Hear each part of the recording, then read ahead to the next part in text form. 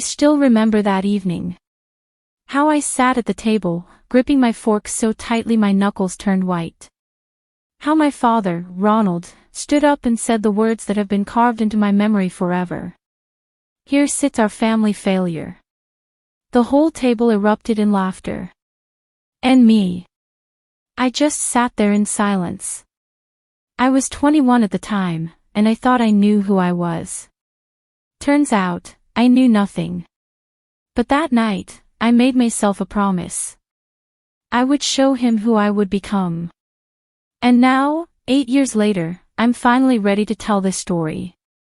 I was silent back then, but not anymore. My father, Ronald, was always a cold man. Not physically abusive, no, he was far more refined in destroying confidence. He destroyed it with words. "Michelle, look at your cousin Sarah, she got a scholarship to Harvard. And you? What can you do?" That was his favorite line. It didn't matter that I brought home good grades, it didn't matter that I tried my best in everything.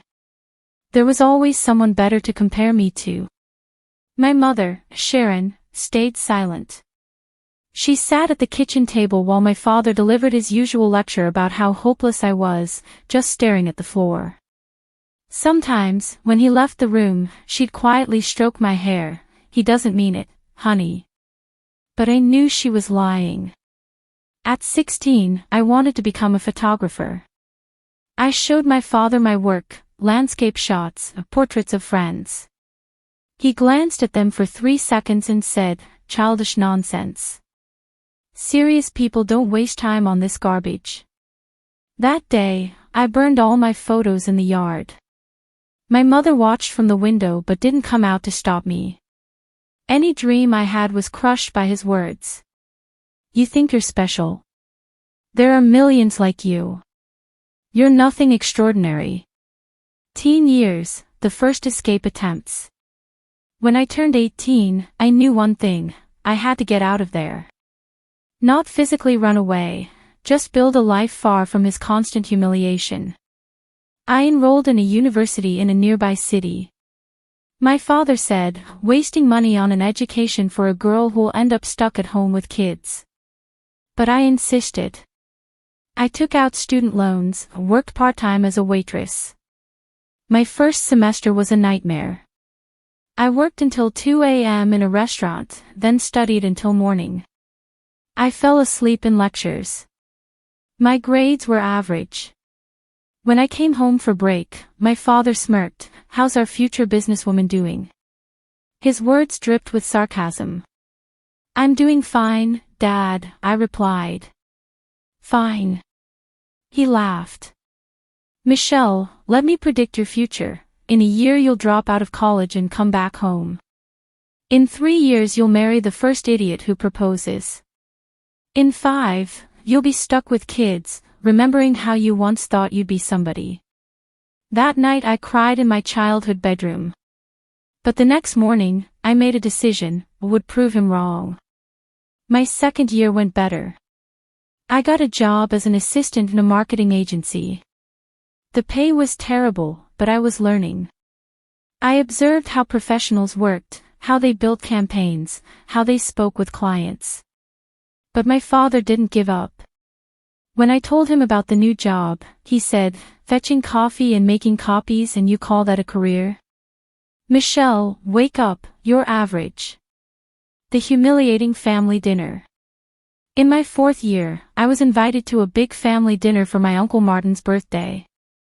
The whole extended family gathered for the first time in 2 years, cousins, aunts, uncles, all of them always saw me as Ronald's oddball daughter. I arrived hopeful. I was 21, and I just landed my first serious internship at a downtown advertising agency. The pay was modest, but it was a real start. We sat at the table. As always, the conversation quickly turned to kids' achievements. Cousin Sarah bragged about her new job as a lawyer, Cousin Mike showed off his new apartment, Emma flaunted wedding photos. Uncle Martin asked, "And what about our Michelle? What's our little dreamer up to?" I started telling them about my internship, about working with real clients, about my post-graduation plans. I spoke with excitement, hoping for some kind of praise. But my father cut me off mid-sentence. Internship. He set down his fork and looked at me with that same cold smile. Michelle calls internship the job where she brings people coffee and makes photocopies. The table fell silent. Girls, he turned to my cousins, want to hear something funny? Michelle thinks she's going to be some big shot company director. She's been building a career for 2 years making peanuts. Cousin Sarah gave an awkward laugh. Others just stared. But my father wasn't done. You know the funniest part? She actually believes she's special. Looks down on us like we don't understand her big plans. Michelle, how much do you make at your internship? I stayed silent. How much, Michelle? His tone sharpened. $800, I whispered. He burst out laughing so loudly his chair rocked backward. $800. My 21-year-old daughter makes $800 a month and thinks she's building a career. Now everyone was laughing. Uncle Martin, Aunt Linda, even the cousins. My mom stared at her plate. Here sits our family failure, my father yelled, pointing at me. The girl who thinks $800 is real money. The girl who believes anyone expects anything from her. The laughter didn't stop. I sat there, feeling the blood drain from my face, my hands trembling, something breaking inside me. I stood up silently, grabbed my coat. My father kept shouting about me being offended by the truth, but I was already walking out the door. In my car, I cried for the first time in 3 years. Not from hurt, but from fury. That night, I made myself a promise, I'll come back in a few years. And I'll show him who I've become. The road to success. After that dinner, something shifted inside me. Not on the outside, internally. Something in me broke, but something else was born. Iron determination. I graduated with top grades. Got a job as a junior manager at a marketing firm. They paid me $2,000 a month, more than my father ever predicted. But I wasn't satisfied. I worked 12-hour days. I read everything about marketing, sales, consumer psychology. Attended webinars, courses, conferences. Spent every spare dollar on education. A year later, I was promoted to sales manager. My salary jumped to $3,500. I moved to a better city and rented my own apartment. I called my mom weekly. I barely mentioned work, just, I'm doing fine, Mom. My father didn't ask. At 23, I met Jake, an entrepreneur in e-commerce. He opened my eyes to the world of online sales. How people build empires from a laptop. How they create brands from nothing. Michelle, you have a gift with people, he told me one day. You understand what they want. Why don't you try building something of your own? My first business flopped. An online store selling handmade crafts. Lost $5,000 in savings. Of course, my father found out through my mom. Told you, he said when I came home for my mom's birthday. She's as much an entrepreneur as I am a ballerina. My second business, online cosmetics, also failed. I lost another $3,000. The third, dropshipping clothes from China, lasted 3 months before customer complaints forced me to shut it down. At 25, I felt like a complete failure. Working a regular job, renting a small apartment, no savings. Was my father right? But something inside me refused to quit. That memory, the laughter around the dinner table, the words, family failure, kept me going. The turning point. At 26, 2 things happened. First, I got offered a head of sales position at a major company. $7,000 per month plus bonuses. Serious money. Second, I realized why my businesses had failed. I was selling products, not solutions. I started researching niches. Reading forums, social media groups, talking to people. I searched for pain points people desperately wanted solved. And I found it, women aged 30 to 45 who wanted to look younger without plastic surgery. The market for natural anti-aging products. For 6 months I studied the niche. I found a top-quality Korean supplier. I created my own brand, Timeless Beauty. I wasn't just selling creams. I was selling confidence. Selling hope. Telling transformation stories. I built a community. First month, $800 revenue. Second, $1,500. Third, $3,200. At work, people noticed I had changed. More confident. More energized. My boss offered me a promotion, director of sales, $10,000 per month. I declined. "Michelle, you're crazy," my colleague Linda said. This is every salesperson's dream. But I had a different dream. Rocket growth. I quit my job at 27. Timeless Beauty was bringing in $8,000 a month, enough to live on and reinvest in the business. The next year was insane. I worked 16-hour days.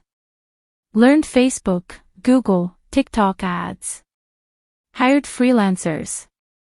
Tested new products. $15,000 per month. $23,000. $31,000. I hired my first full-time employee, an assistant named Carrie.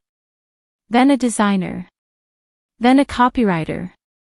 $45,000. $67,000. I rented an office. Hired a sales manager. Launched a second product line, hair care products. $89,000. $104,000. At 29, my brand was generating over $1 million per year. I bought a $400,000 house. A Tesla. Started investing in real estate. My mom heard I was doing well, but had no idea of the scale. I only told her, "The business is growing, Mom." My father thought I was still playing entrepreneur. Planning my revenge. At 30, my net worth crossed $2 million. My brand operated in 5 countries. My team had 23 people. Monthly revenue stayed between $150,000 to $200,000. But most importantly, I had become the woman I always dreamed of being at 21. Confident. Strong. Independent. And I decided, it was time to go back home. Uncle Martin was turning 60. Another big family dinner, just like 8 years ago. The same faces that once laughed at me. I got the invite through my mom. "Are you coming to Uncle Martin's birthday?" "Of course, Mom." I wouldn't miss it. I spent the next month preparing. Not for the party, for the show. The final showdown. I arrived at the dinner in my brand new Tesla Model S, parked it right in front of Uncle Martin's house where everyone could see it through the window.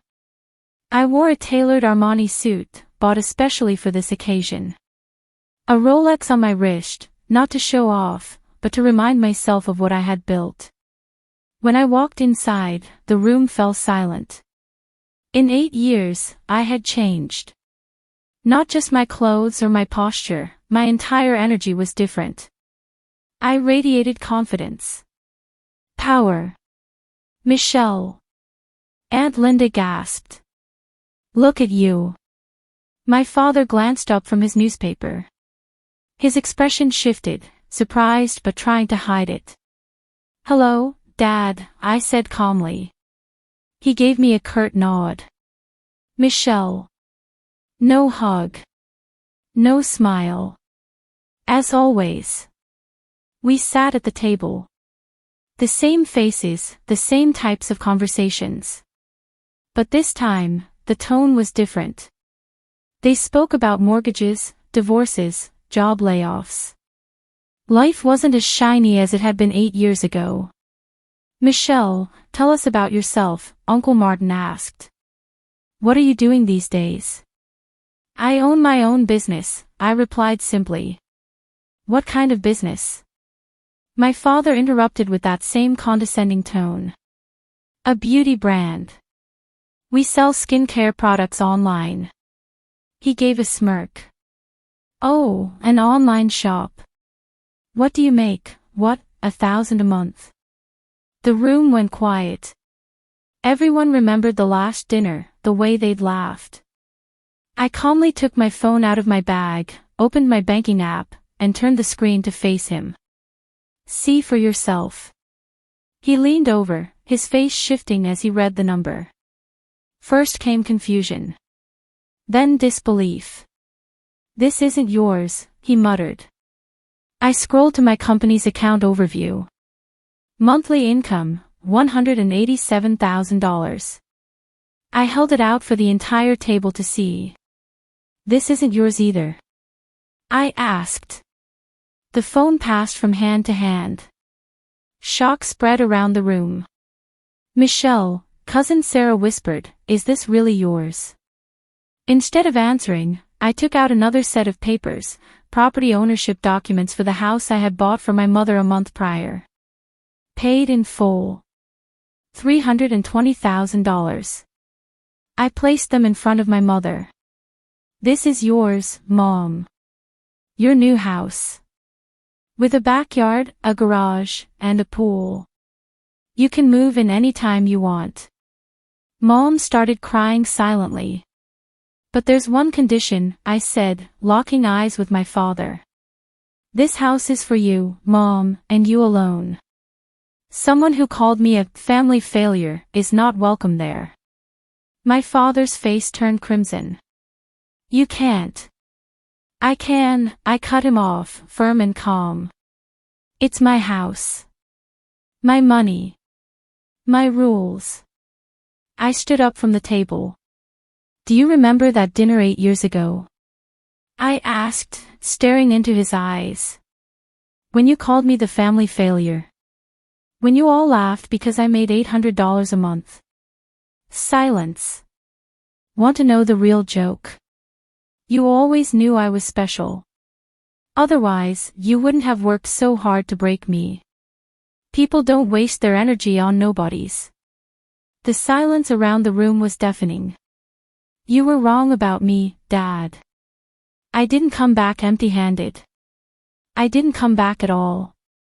I built my own world." I walked toward the door, then paused. "Oh, and Sarah, how's that law firm going? I heard you got laid off last month. If you need a job, I'm hiring corporate counsel. Starting salary, $85,000 a year. Plus bonuses." Sarah turned pale. "And Mike," I added, "how's that apartment you bought? Or has the bank repossessed it already?" Mike dropped his gaze to the floor. Epilogue. Walking out of Uncle Martin's house, I didn't feel revenge. I felt peace. The 8-year war was over. I hadn't won because I humiliated my father. I won because I proved to myself that I could become anyone I wanted to be. I sat in my Tesla and looked at myself in the rearview mirror.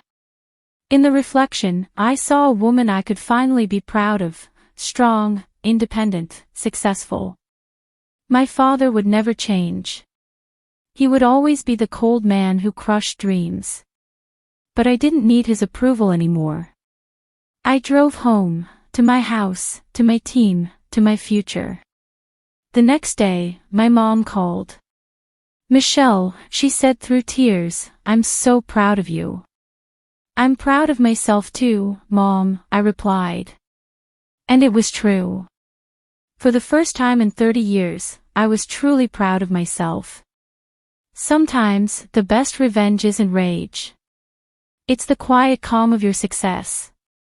Michelle's story is a reminder to all of us. No one has the right to define your worth. Not even your parents. Especially not your parents.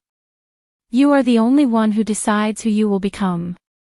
And when you finally become the person you were always meant to be, all those voices saying, "You can't," will fade into background noise. Your worth isn't defined by what others think about you. It's defined by what you believe about yourself. And when you learn to be proud of yourself, the world feels it too.